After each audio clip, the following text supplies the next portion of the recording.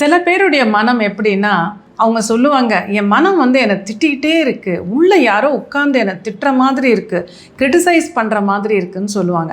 அந்த அளவுக்கு சில பேருடைய மனம் அவங்களையே திட்டிகிட்டு இருக்கும், அவங்களையே குறை சொல்லிக்கிட்டே இருக்கும். இது எதனாலன்னா, தன் மீதே அந்த நம்பிக்கை இல்லாத ஒரு நிலை, ஒரு தன்னம்பிக்கை இல்லாமல் போகும்போது நம்ம மேலேயே நமக்கு சந்தேகம், நம்ம இதை பண்ண முடியுமா, அதை பண்ண முடியுமா. அப்போ அந்த உள்ளேருந்து யாரோ சொல்கிற மாதிரி நமது உள்மனம் தான் சொல்லுது, நம்ம மனம்தான்.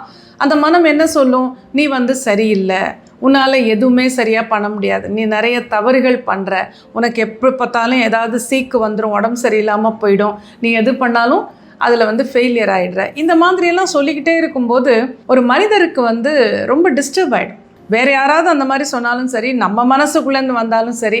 ஆனால் நம்ம மனசுக்குள்ளேருந்து வந்தாலும் கூட அது ஏதோ ஒரு குரல் என்ன சொல்லுது அப்படின்னு சொல்லுவாங்க சில பேர்.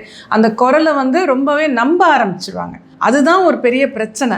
அந்த குரல் கேட்க ஆரம்பித்த உடனே அதை நம்ம எதிர்த்துட்டோம்னா அது போயிடும். எதிர்க்க தெம்பு இல்லாமல் அந்த குரல் சொல்கிறத கேட்டு கேட்டு கேட்டு ஒரு பயந்து போன மனநிலையோட பல பேரை நான் சந்திச்சிருக்கேன். அவங்களுக்கு உதவி பல தெரப்பீஸ் கொடுத்து சரி பண்ணவும் முடிஞ்சிருக்கு. இப்போ அந்த மாதிரி இருக்கிறவங்க சிம்பிளாக ஒரு விஷயம் நான் சொல்கிறேன், நீங்கள் என்ன பண்ணலாம். இந்த மாதிரி நெகட்டிவ் தாட்ஸுங்கிறது எப்போவுமே யாருக்குமே ஏதாவது ஒரு காலகட்டத்தில் வரும். நான் சொல்கிற அளவுக்கு அதிகமாக இல்லைனாலும் அப்பப்போ வரத்துக்கு வாய்ப்பு இருக்குது.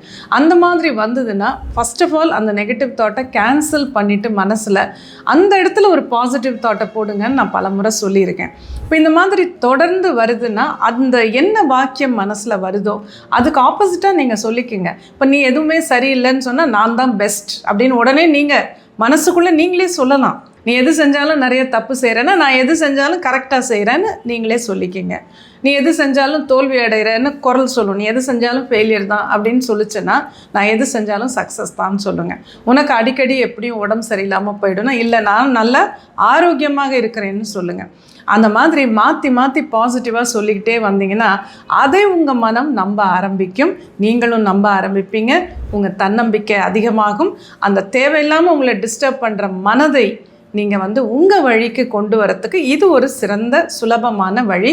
முயற்சி பண்ணி பாருங்கள். உங்கள் அனுபவத்தை எனக்கும் தெரியப்படுத்துங்க.